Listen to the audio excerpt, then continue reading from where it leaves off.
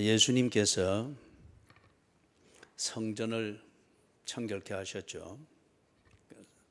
성전 건물 안이 아니고 성전 그 뜰입니다. 들어가서 거기에는 이제 이방인들을 포함해서 모든 순례자들이 다 들어갈 수 있는 그런 장소죠. 그래서 그걸 공식적인 이름으로는 이방인의 뜰 그렇게 하는 겁니다. 그런데 그 자리에 이제 특히 순례자들, 수많은 순례자들이 몰려드는 그들을 대상으로 해서 재물을 팔고 또 성전세를 내는데 정해진 동전을 바꾸는 그런 상을 하려고 이래서 장사꾼들이 많이 자리를 차지하니까 예수님이 가면서 있어서는 안 될 것, 그들이 그런 자리를 차지하고 있으니까 이방인들마저도 그 자리에 들어가기가 어렵단 말이에요. 그리고 장사치들이 부르는 그 기준에 또는 그런 조건을 갖추지 아니하면은 더 이상 들어가지 못하는 시기 되어버린 거예요. 그래서 예레미야서 7장에서 성전의 그 본질을 말하는 것처럼 만민이 기도하는 집, 거기서 기도는 뭐 철야기도, 금식기도, 중보기도 이런 프로그램이 아니고 그 기도의 근본 성질은 하나님과 나와의 인격적 교제입니다.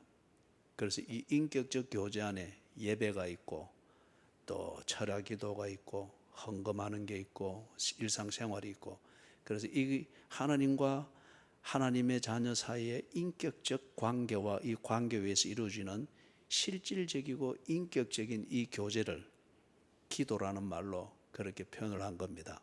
그래서 기도의 원래의 의미는 그런 의미고, 기도의 기능적 의미를 말할 때는 우리가 뭐 철야 기도, 금식 기도, 중보 기도 이런 식으로 말하는 그거죠. 그래서 내 집은 만민이 기도하는 집이다. 그 말은 하나님을 찾고 하나님을 구하는 자들은 이방인이나 유대인이나 배운 자나 못 배운 자나 말을 잘하는 자나 아니면은 어느 장애가 있는 자나 누구나 다 하나님께 나와서 하나님과 만나고 인격적 교제를 할 수 있는 곳이다. 그걸 의미해서 내 집은 만민이 기도하는 집이다 그랬단 말이에요. 그런데 지금 성전에 들어가는 초입에서부터 이 장사치들이 가지고 있는 이 기준에 안 맞으면은 이 성전을 들어갈 수 없는 그게 되어버렸단 말이에요. 그래서 이 순례자들을 이용해 가지고 또 성전에서 올바르게 제사를 드리고 예배를 드려야 된다는 이 하나님의 이름을 덜먹이면서 그들이 돈을 착취해 먹고 돈을 버는 이 기회를 삼고 있으니까 이걸 보고 강도의 구려를 만들었도다, 도둑의 소굴로 만들었도다 그렇게 표현을 한 겁니다. 그런데 여러분 이제 이런 걸 유튜브나 이런 데서 찾아보면은 이상한, 그러나 듣기에는 솔깃한 해석들을 막 해요. 그래서 그걸 두고 유대 전쟁 때에 로마에 대해서 반란을 일으킨 자들이 나중에 다 수세에 몰려가지고 성전으로 다 피하거든요. 그때에 로마 제국에서는 로마에 대해서 반란을 일으키는 자들을 강도로 표현했다. 그리고 역사적 문에 요스푸스가 쓴 역사적 문에 그들을 강도로 표현한 그 표기가 있습니다. 그런 걸 근거로 삼아서 강도의 굴려를 만들었도다. 이거는 로마 제국의 반란을 일으킨 자들이 그 체포 또는 살해의 위험을 피해서 성전으로 피해서 모인 이걸 가리킨다. 그건 엉터리예요. 그렇기 때문에 여러분이 유튜브를 잘 활용을 하되 정확한 정보를 말하는 것을 여러분이 가려야 됩니다. 그렇기 때문에 교회 목사님이나 아니면 그 분야에 잘 아는 분들을 이렇게 참고를 해서 그래 하되 유튜브나 이런 데의 자료를 그것을 절대 신뢰하기 전에 글로 기록되어진 문헌을 우선 여러분들이 다 참고를 하는 것이 중요합니다.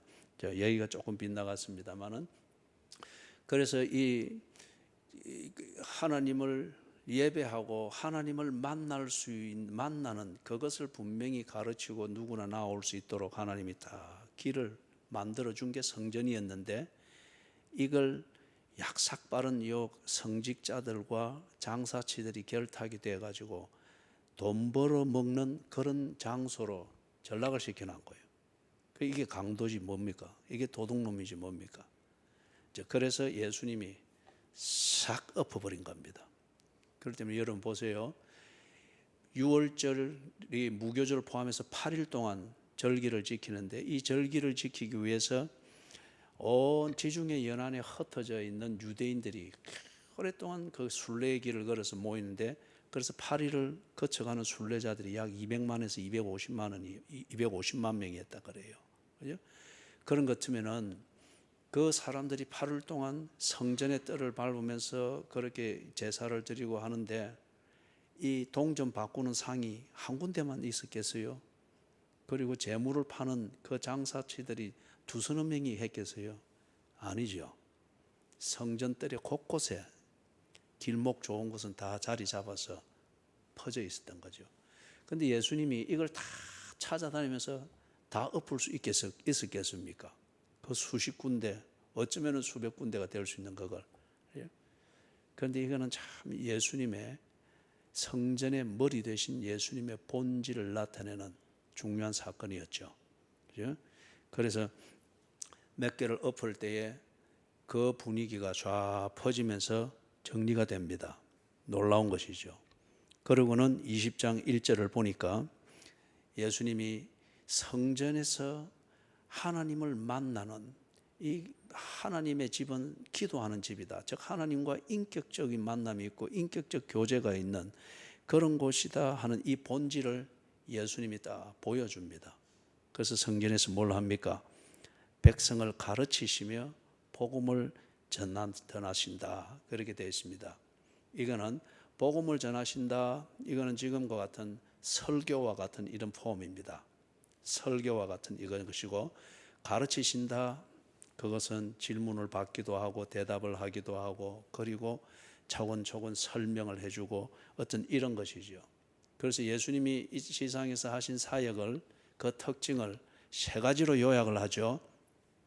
하나는 가르치시고, 전파하시고, 고치시고. 그죠? 그래서 여기서 지금 두 가지를 말씀을 하는 거예요. 전파하시고, 이거는 설교입니다. 가르치시고, 일종의 제자 훈련처럼. 이전에 우리 또 줌으로도 했죠. 줌으로 하니까 복장 터집디다. 그죠? 뭐 가까이 있으면 하면서 뭐 꿀밤도 한 대씩 주면서 일할 건데, 줌으로 되시면 저거 할 말만 다 하고 복장만 터져 놓고 이게 있단 말이에요. 그래도 그런 가르침이 얼마나 중요한지 모릅니다.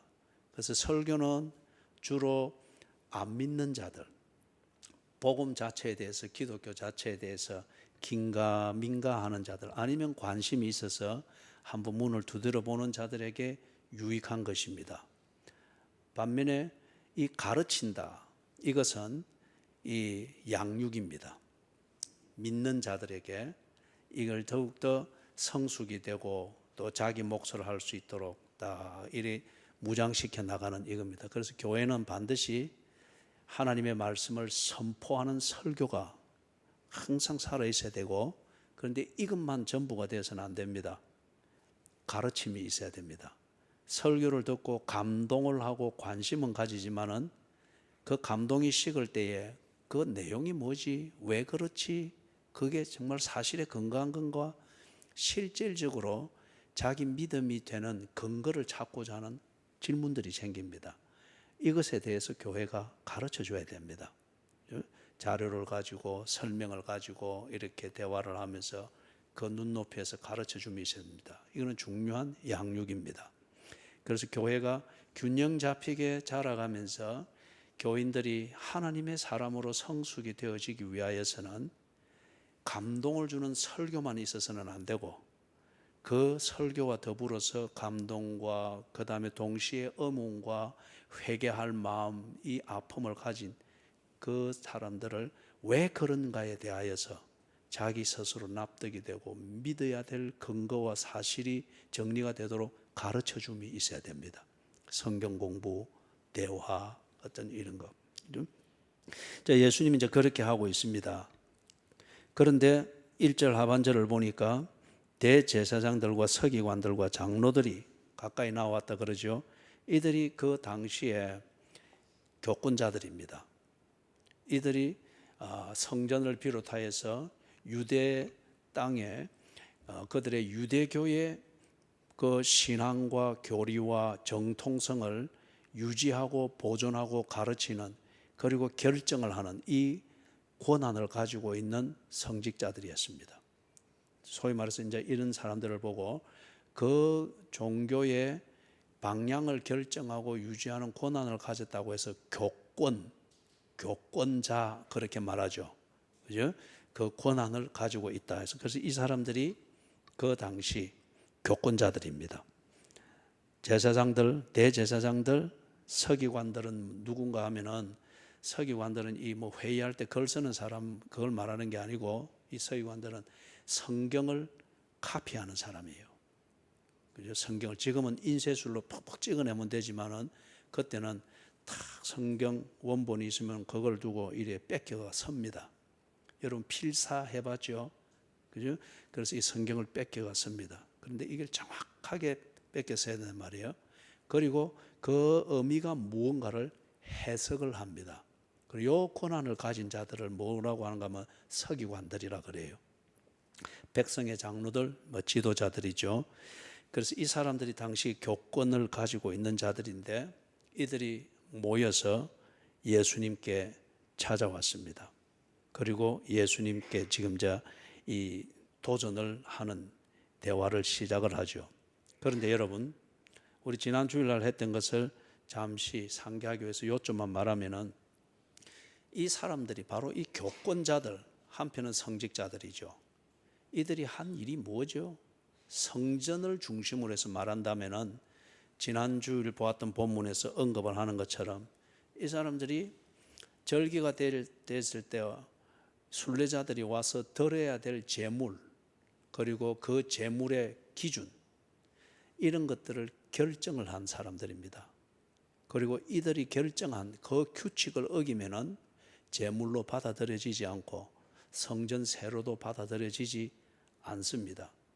그렇기 때문에 순례자들이 하나님을 예배한다는 이 순수한 마음과 열정을 가지고, 어떤 사람은 한 달을 걸어서 그렇게 왔지만은, 이 성직자들, 교권을 가지고 있는 이 성직자들이 정한 그 기준에 맞추지를 못하면은 그들이 하나님을 예배하고자 하는 신령과 진정이 다 매도가 되어버리는 거예요. 자격이 없는 것이다 해서 성전에서 예배를 못 드리고 그냥 문전박대를 당하게 되는 그겁니다. 이 교권자들이 그걸 정했는데, 예를 들면 제물 중에 비둘기가 있죠. 그래서 비둘기가 양처럼 아주 흔하게 드리던 제물이었습니다. 제물로 드리는 비둘기 한 마리를 성전 밖에서 사면은 한 데나리온이면 삽니다. 한 데나리온은 우리 성인 남자의 하루 품삯에 해당됩니다. 그래서 한 데나리온이면 사면 되는데, 그런데 한 데나리온 주고 사서 성전에 가면은 반드시 검사를 받아야 됩니다. 이 교권자들이 정해놓은 제물이 되는 기준에 맞는지 안 맞는지 검사관이 나와서 검사를 합니다. 그런데 검사를 할 때에 검사비가 엄청나게 비싸요. 검사비를 내고 검사를 받습니다. 그런데 검사를 받으면은 10중 8개는 다 불합격입니다. 세밀하게 찾아보면서 조금이라도 흠결이 있든지 기틀이 하나 깨졌든지 이러면 불합격이 되는 거예요. 이유는 율법을 들이대는 겁니다. 율법에서 제물로 드리는 것은 흠결이 없는 것으로 드리랬죠. 그래서 이걸 자기들의 기준으로 해서 다 사사시 그렇게 해서 불합격을 시키는 거예요. 그러면은 이 사람, 이 순례자들이 어떻게든지 주를 예배하고자 하는 이 순수한 마음이잖아요. 그러니까 제물을 구하려고 하면은 거기 이제 성전 뜰에 장사처들이 딱 마련해 놓은 제물을 사는 거예요. 그런데 그거는 얼마냐? 15데나리온. 몇 배입니까? 15배죠. 그죠? 15데나리온이 되는. 그래도 이 순례자들이 거의 다는 그것을 기쁜 마음으로 삽니다. 왜 그렇습니까?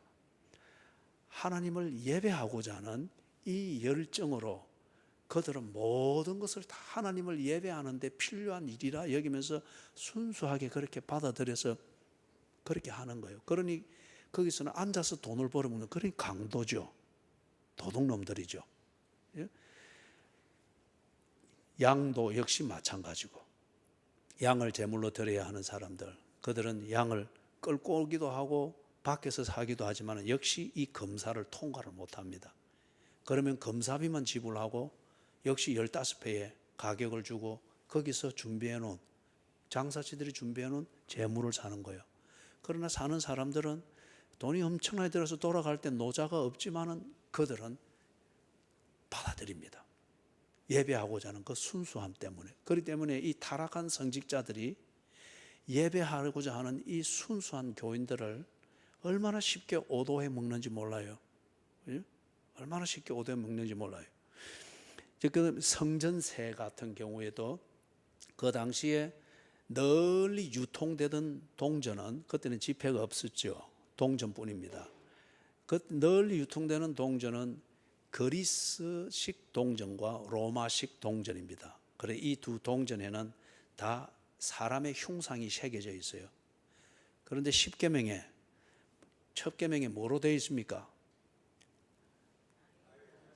예, 나를 위하여 새긴 우상을 만들지 말라 했잖아요. 왜냐하면 하나님은 누구도 본 자가 없기 때문에 하나님은 이런 분이다 상상해서라도 상을 만들어서는 안 되도록 딱 되어 있습니다. 그런데 그리스식 동전이나 로마식 동전, 그게 보편적으로 유통되던 것인데 여기는 상이 딱 새겨져 있단 말이에요. 그래서 이걸 가지고 거래를 하는 데 있어서는 신용할 만한 화폐로 사용될 수 있지만은 이 성전에서 성전세로 내는 데 있어서 유대교의 기준으로는 이건 볼 때 불이한 것이었습니다.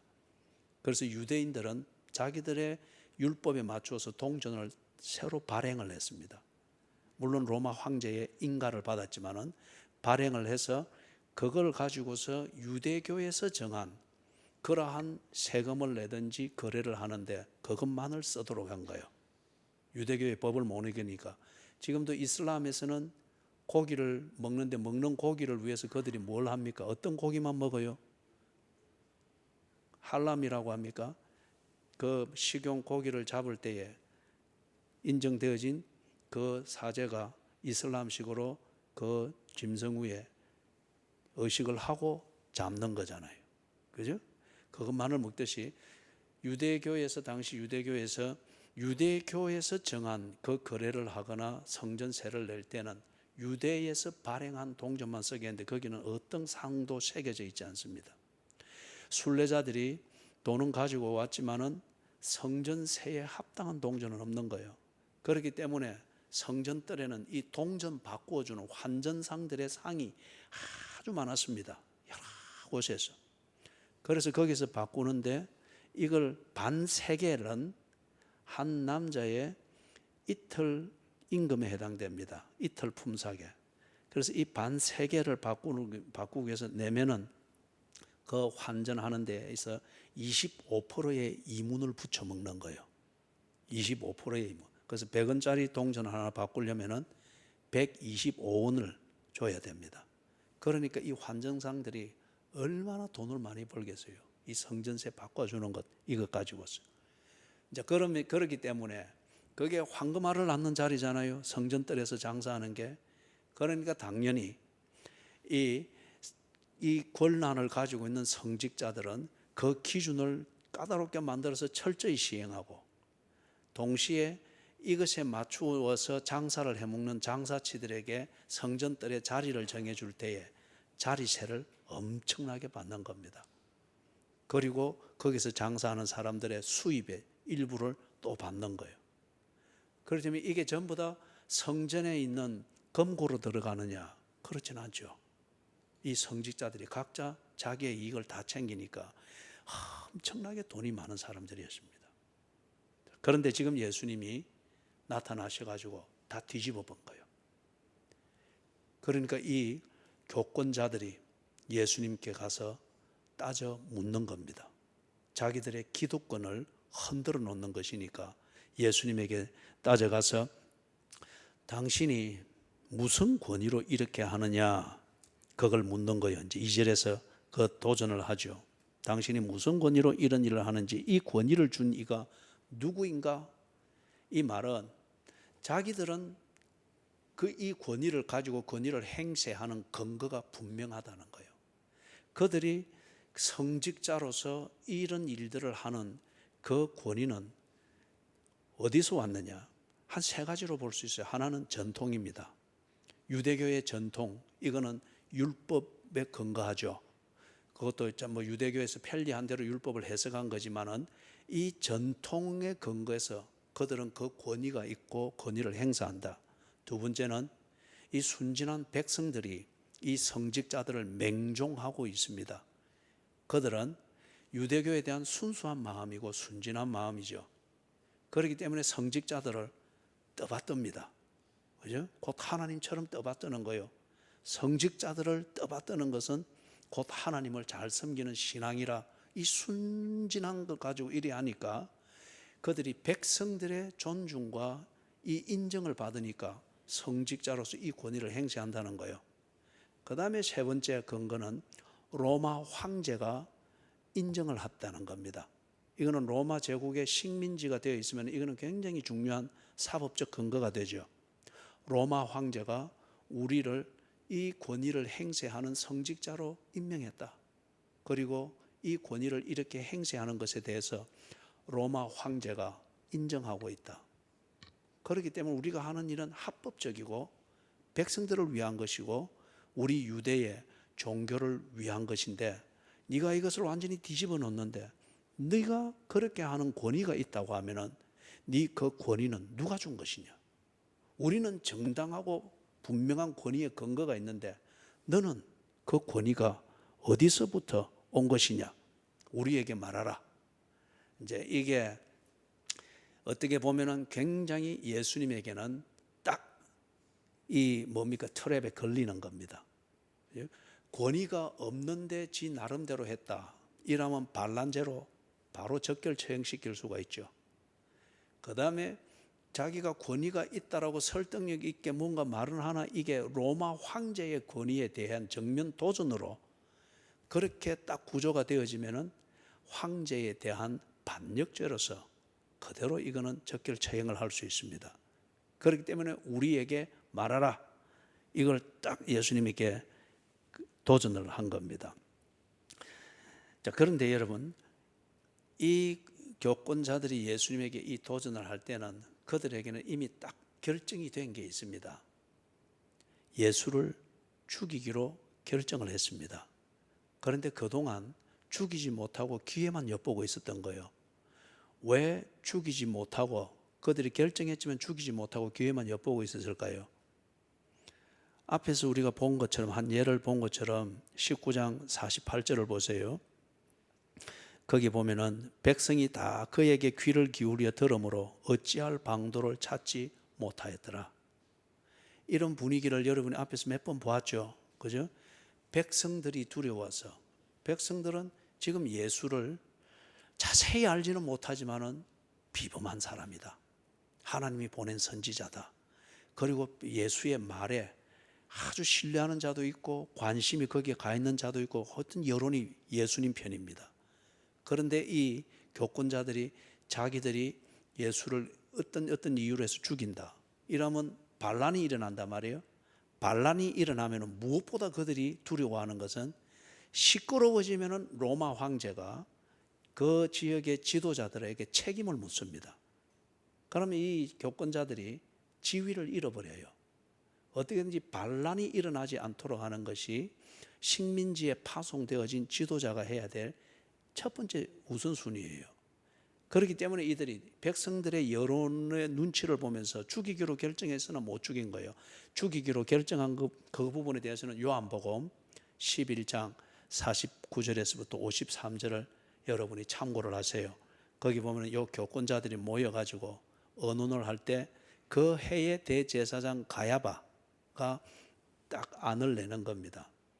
이거 뭘 두려워하느냐? 예수 이 한 사람이 죽는 것을 통해서 나라를 구하는 것이 옳지 않느냐? 그래, 이거는 메시아의 대속적 죽음을 예언하는 것이 아니었습니다. 예수가 죽어야 우리의 기득권이 유지가 되고 로마 황제가 우리 유대를 골치 아픈 나라라고 해서 군대를 배치시키고 이런 걸 안 하고 우리 자치권이 유지되니까 이 죽는 게 낫지 않느냐, 그 얘기였어요. 그래서 죽이기로 딱 결정을 했습니다. 그런데 백성들의 여론, 이 분위기를 살피느라 어떻게든지 빌미를 찾을 수 있는, 백성들이 납득할 수 있는 그 빌미를 찾으면서 기회를 엿보고 있었던 거예요. 그래서 지금 이 질문을 하는 겁니다. 이 질문을, 그 빌미를 딱 찾으려고. 자, 그러니까 예수님이 3절 4절에서 대답을 합니다. 대답을 하는데 질문으로서 대답을 하죠. 우리가 이걸 보고 반문이라 그러죠. 그런데 예수님은 이런 식으로 대화를 많이 했습니다. 예수님의 화법이죠. 말도 안 되는 그러한 걸 가지고서 이리 올가맬 때에 예수님은 그들의 눈높이에서 다른 질문을 가지고서 그 어리석음을 깨우치게 하기도 하고 아니면은 그러한 상황을 피해가기도 했습니다. 자, 그런데 예수님이 여기서 이제 반문을 하는 여기에 또 보니까 세례 요한에 대해서 반문을 하죠. 세례 요한은, 너희들은 세례 요한이 하늘로부터 온 사람이라 믿느냐 아니면 사람으로부터 왔다고 믿느냐. 예수님이 이 질문을 딱 하는 거예요. 이거는 기가 막힌 질문입니다. 그럼 우리도 성경을 아는 지식을 정확하게 알고 있어야 됩니다. 그래야 참 예수님처럼 이렇게 맛깔나고 그냥 한 방에 끝을 내는 이런 대화를 할 수 있어요. 그죠? 안 그러면 괜히 뭐 사람 복장만 터지게 만들고 해결을 하나도 못하게 되더요. 이게 왜 그러냐 하면은 세례 요한이 예수님에 대해서 정언을 했지 않습니까? 그죠? 내 뒤에 오시는 이는, 왜냐하면 예수님이 육체적으로는 세례 요한보다 6개월 뒤에 났거든요. 그리고 세례 요한이 자기 사역을 시작하고 난 뒤에 예수님이 30세쯤 되었을 때에 공개적으로 사역을 했죠. 사역을 시작할 때에 맨 처음에 하신 게 뭡니까? 세례 요한에게 가서 세례를 받았습니다. 그때에 세례 요한이 예수가 자기에게 세례 받으러 오는 것을 보면서 그때 세례 요한한테 사람들이 확 몰려 들어왔거든요. 그때 예수님이 자기에게 나오는 걸 보면서 세례 요한이 예수를 가리켜서 사람들이 그렇게 말했어요. 보라, 뭐라 그랬습니까? 보라. 여러분 대답은 그죠? 예. 세상 죄를 지고 가는 하나님의 어린 양이로다. 그리고 다른 것에서는 유월절의 양이로다. 왜냐하면 유월절에 잡는 1년 된 그 어린 양은 하나님께 드리는 거잖아요. 그렇기 때문에 유월절의 어린 양은 하나님의 어린 양이라고도 했어요. 하나님의 소유된 것이니까. 그래서 예수를 보고 세상 죄를 지고 가는 어린 양이로다. 하나님의 어린 양이로다. 유월절의 어린 양이로다. 그러면서 자기 자신과 비교할 수 없는 본질을 어떻게 말했습니까? 나는 그의 뭐를 풀기도 뭐를 매기도 감당할 수 없다. 예. 그래서 신들매를 매기도, 그것은 쉽게 말하면 신발끈이에요. 그 신발끈을 이래 챙기고, 그건 누가 하는가 하면은 종이 했습니다. 종이, 주인이 이제 나들이를 밖으로 나가려고 하면은 이 팔레스타인 땅은 이 먼지가 아주 많아요. 발을 탁 그냥 자연스럽게 걷어나고 디디면은 마른 이 먼지가 되어 있는 땅의 흙이 폭삭폭삭해서 발에 덮이는 거예요. 그렇기 때문에 그들은 항상 샌들을 신은 겁니다. 샌들을. 그래서 샌들을 신으니까 끈이 많잖아요. 이걸 종이, 주인이 나갈 때에 신발끈을 이렇게 챙겨서 묶어줍니다. 그래서 세례 요한이 예수와 자기를 비교할 때에 저분은 나와 같은 인간이 아니다. 그 표현으로서 나는 저분의 신발끈을 매는 것을 감당하기에도 부족한 사람이니라. 그러면서 예수는 하나님의 어린 양, 유월절 어린 양, 즉 메시아이시다. 이걸 세례 요한이 정언을 한 거예요. 많은 사람들이, 유대인들은 유대인들의 율법에 따라서 세례를 받으면 안 됐습니다. 왜냐하면 유대인들은 태생적으로 하나님의 백성이라 유대교의 교리는 그렇게 가르치기 때문에, 그래서 그들은 그냥 그날 지은 죄를 씻는 그런 회개는 하지만은 근본적으로 거듭남을 의미하는 이 세례는 그들이 받아서는 안 돼요. 아브라함의 자손으로서 태생적으로 하나님의 자녀이기 때문에. 그런데 세례 요한이 와서 뭐라 했습니까? 회개하라, 천국이 가까워왔느니라. 그걸 유대인들한테 외쳤거든요. 그리고 유대인들이 바리새인들이 나올 때에 독사의 자식들아, 어떤 데는 보면 독사의, 이 말은 여기서 하기가 좀 그러니까 알아서 그걸 들으십시오. 우리 문화에서는 욕으로 쓰는 그것까지 했단 말이에요. 자기들이 아브라함의 자손이기 때문에 하나님의 백성이다 하면서 어렵다라고 하며 저거들이 전혀 하나님의 영광을 가리우는 대로만 살아간단 말이에요. 그래서 그들에게, 유대인들을 향해서 회개하라, 천국이 가까웠느니라, 회개에 합당한 세례를 받으라. 그래서 이 세례 요한의 그 비범함과 그런 영성에 감동되어진 유대인들이 와서 세례를 받고, 회개에 합당한 세례를 받고 막 그랬어요. 이게 뭡니까? 그 백성들이 세례 요한은 하나님이 보낸 선지자다 이래 믿은 거예요. 그렇기 때문에 세례 요한이 하는 말을 믿었습니다. 그리고 그 세례 요한이 예수가 오신 메시아다, 하나님의 어린 양이다 증언을 했단 말이에요.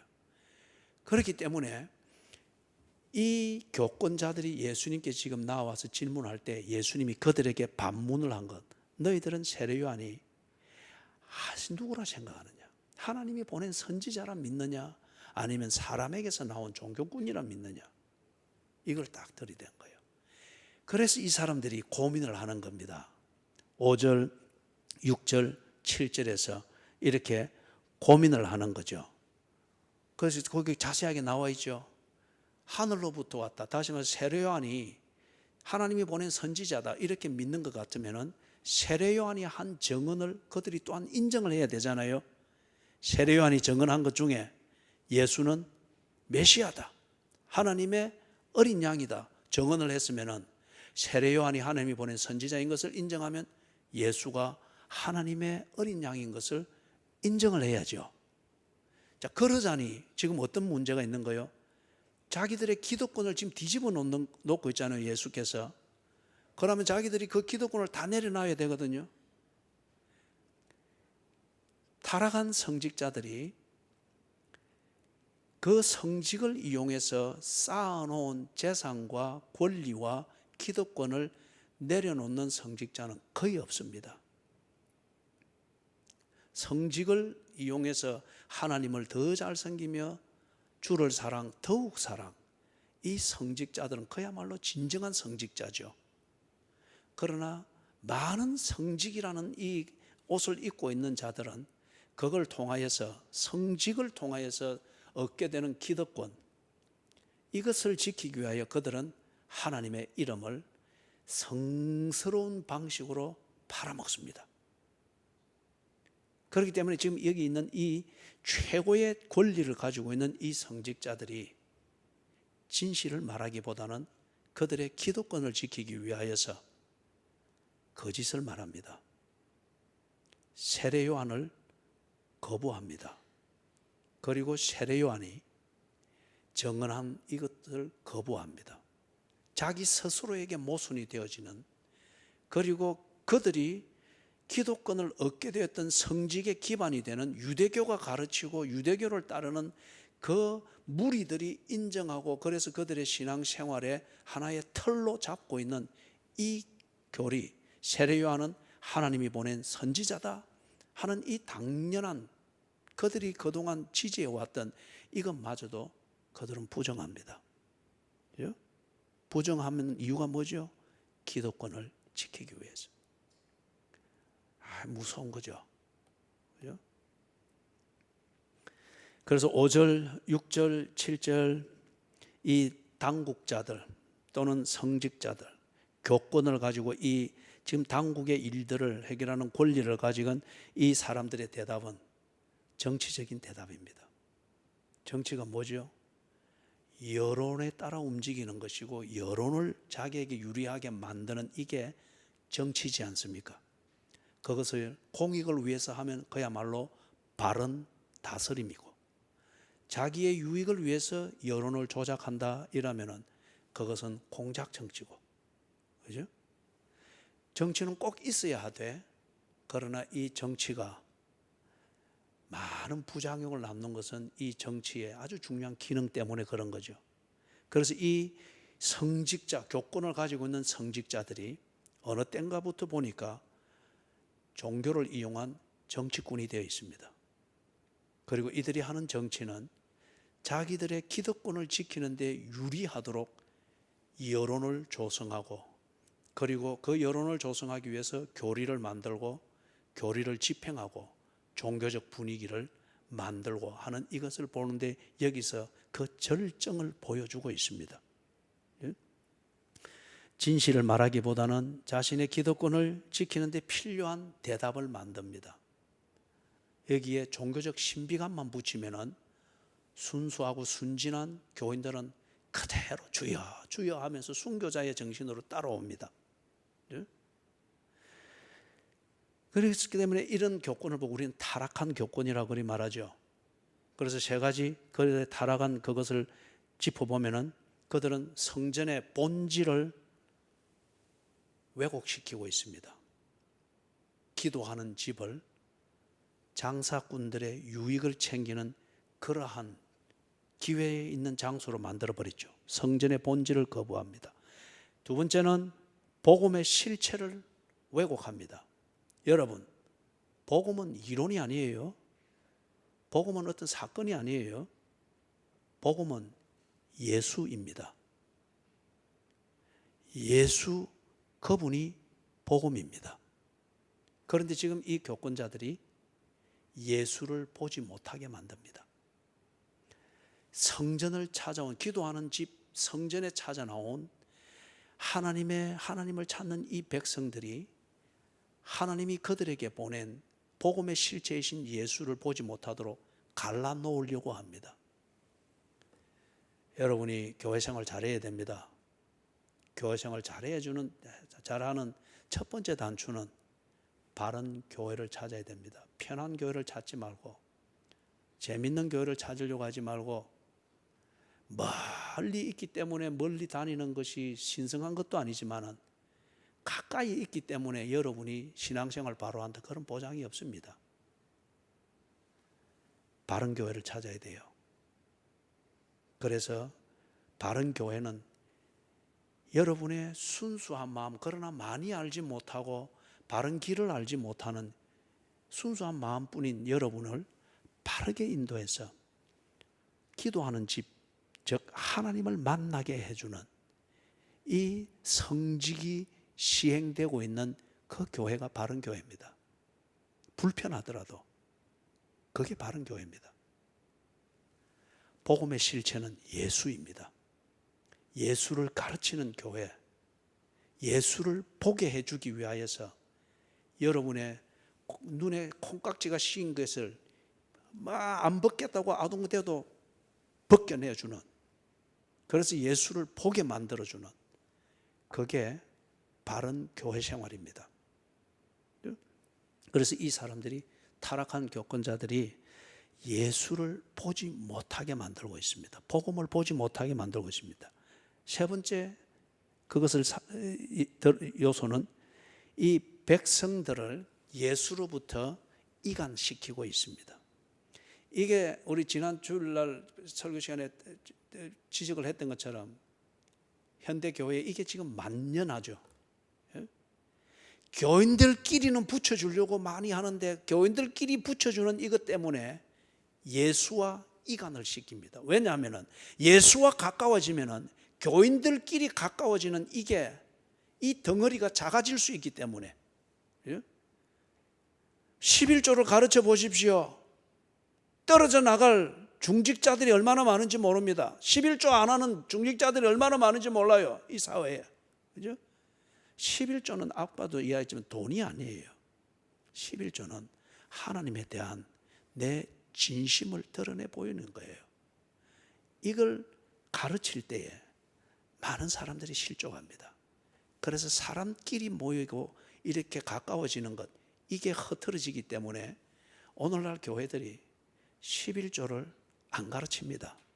그냥 돈을 내도록 자꾸 부추길 뿐이지 11조를 가르치지를 않는 거예요. 지금 이 성직자들이 자기들에게 많은 이익이 되어지는, 현물로서 이익이 되어지는 이 순례자들이 많이 모일 수 있도록 하기 위해서 지금 그것을 방해한다 여기는 예수를 그들로부터 이간을 시키는 거예요. 예수는 만나서는 안 될 존재. 그죠? 이렇게 해서 이간을 시키는 겁니다.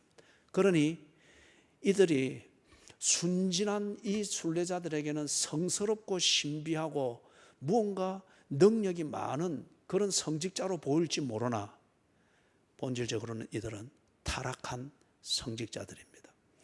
여러분들이 주님 앞에 설 때까지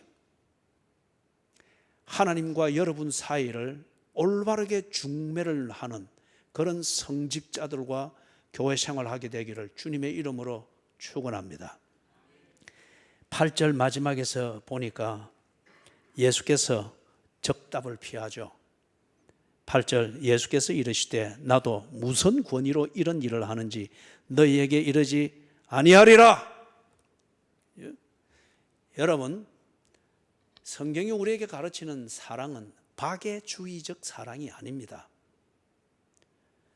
인본주의에서 말하는 그런 박애주의적 사랑이 아니에요. 박애주의적 사랑은 나를 위한 것이요, 내 양심을 위로하기 위한 그러한 자비의 행위입니다.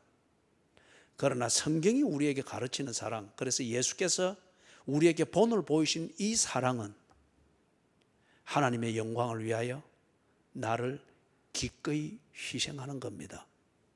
목적을 위하여서, 즉 하나님과 나 사이의 관계에서 반드시 이루어져야 될 그 목적을 위하여서 나를 광야의 소리처럼 그렇게 사용하는 그겁니다.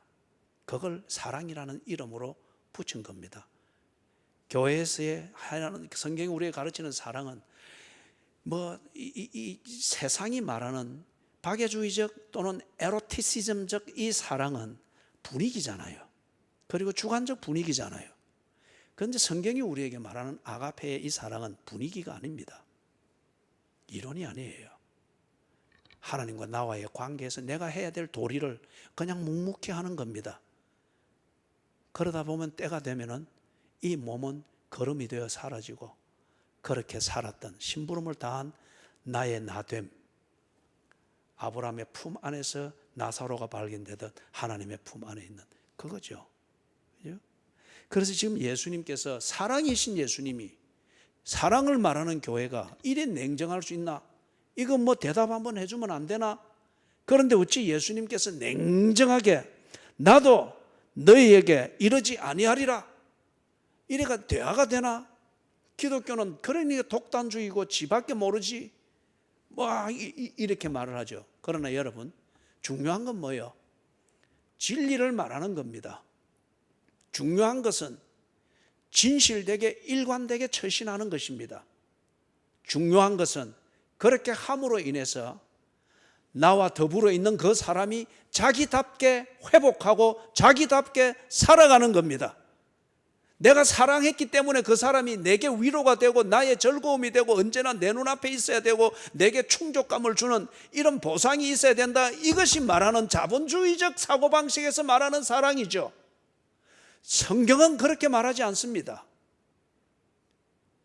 성경은 세례 요한이 말했던 것처럼 광야에 외치는 자의 소리라고 했습니다. 내가 내 아내를 사랑했으면, 그리스도인으로서 내가 내 아내를 사랑했으면 내 아내는 나를 즐겁게 해주는 부속품이 되어지는 게 아니죠. 내 아내는 하나님과 자기와의 관계를 찾게 되는 열매가 있어야 진정 내가 아내를 사랑한 겁니다. 그리고 아내가 하나님과의 관계 안에서 이 땅에서 내게 주어진 심부름을 다하는 이것에 대한 열정과 생동감과 그렇게 살아가는 일상에 대한 보람과 즐거움을 찾게 되는 이 열매가 보일 때에 나는 진정 그리스도인으로서 아내를 제대로 사랑한 겁니다. 이게 그리스도인이 해야 될 사랑이에요. 그렇기 때문에 때로는 다툼이 있을 수 있습니다. 그렇기 때문에 때로는 냉정하게 보일 수가 있습니다. 그렇기 때문에 때로는 상상하지 못했던 연애 기분에 쌓였을 때도 모든 게 좋게 보였던 그때도 상상할 수 없었던 당신의 진정한 그 사랑, 그 사랑에 대한 감동과 기쁨 때문에 정녕 죽고 싶지 않을 정도의 당신의 그 진실한 사랑, 이것을 보여줄 수 있는 그런 사랑이 있는 겁니다. 이게 여러분 자기 하고 싶은 대로 하는 거야, 다 그럴 수 있는 거야, 이런 말장난 같고 그때 잠깐 피었다가 사라지는 안개 같은 분위기의 사랑, 이런 것으로는 그렇게 만들지 못하죠. 이 세상에서 나누는 화려한 말변, 언변으로 그렇게 감동시키려고 하는 사랑을 가만히 들어보고 분석을 해보라고요. 결과적으로는 나를 위한 사랑입니다. 내가 그렇게 사랑했기 때문에 내가 행복해야 된다는 거예요. 내가 당신을 위해서 그리 사랑했기 때문에 당신이 내게 협조하도록 사랑을 돌려줘야지. 그 끝에 결국에는 회복될 수 없는 나누어짐과 헤어짐과 원수 맺음이 있지 않습니까? 그죠? 자신의 감당할 수 없는 상상되어지는 외로움을 달래기 위해서 붙어 있으면서 그것을 유지하기 위한 거래식 사랑을 주고받는 것일 뿐이지 않습니까? 그래서 지치면은 기꺼이 돌아서면서 합리화하는 것이죠. 하나도 할 만큼 했어, 이제는 내 삶을 찾아야지. 그러나 그렇기 때문에 그 사랑 안에는 냉정함과 단호함과 자기 희생을 위한 그 진정한 용기, 이게 없죠. 타협이 있을 뿐입니다. 그러나 여러분, 예수님의 생애를 기록하고 있는 복음서를 읽어보시라고요. 예수님은 자주 단호했습니다. 냉정했습니다. 때로는 서늘할 정도로 꾸짖었습니다. 독사의 자식들아, 부모와 자식이 원수가 될 것이다. 아버지와 아들이 원수가 되고 어머니와 딸이 원수가 될 것이다. 왜? 사랑하려고 하면 잘못된 것을 고쳐내야 되니까 그 과정에서 못 받아들이면 원수처럼 취급을 받을 것이다. 이게 사랑이란 말이에요. 그렇기 때문에 그걸 가르치고 본을 보시는 예수께서 지금 진실을 말하기보다는 자기의 기득권을 지키기 위해서 필요한 대답을 요구하는 이들에게 예수님이 말려들 필요가 없는 거죠. 그리고 예수님이 그렇게 대답했을 때, 내가 하나님의 보내신 메시아다, 내가 하나님의 아들이다, 이 적답을 그들에게 해주게 됐을 때 그들은 이것을 함정으로 삼는 거죠. 봐라, 이 사람이 감히 하나님이라고 한다. 참남죄를 씌워서 유대인의 법에서 참남죄는 적결체행입니다. 바로 그렇게 할 수 있는 거죠. 예수님은 아직 죽을 때가 아니었습니다. 이때가 화요일입니다. 아직 수요일, 목요일, 금요일, 당신이 완성해야 될 그 일을 위하여 3일이 남아 있습니다. 하나님의 어린 양으로서 당신이 희생 제물이 되어야 될 그 일을 완수해야 될 날은 오늘 화요일이 아니고 3일 더 기다려 금요일이었습니다. 그 안에 예수님은 하실 일이 아직 남아 있습니다. 그렇기 때문에 이 어줍지 않은 대화에 예수님께서 순진하게 적답을 하여 일을 가르칠 필요가 없는 겁니다. 그래서 나도 너희에게 대답하지 아니하겠노라. 그렇죠? 우리 예수님 사랑이 무엇인가를 보여주고, 그리고 사랑을 위하여서 당신이 적극적이거나 분위기에 휩들리는 것이 아니라 이루어야 될 목적에 집중하고 계신 단호한 그분의 모습을 봅니다. 이 예수님을 이 한 해가 지나가는 이 분기점에서 후회와 희망 교차되는 이게 오늘이지 않습니까?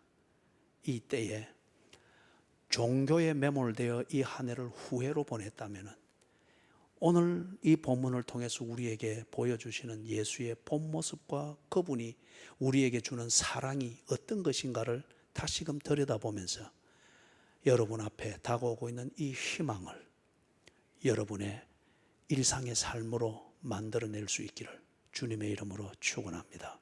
아멘.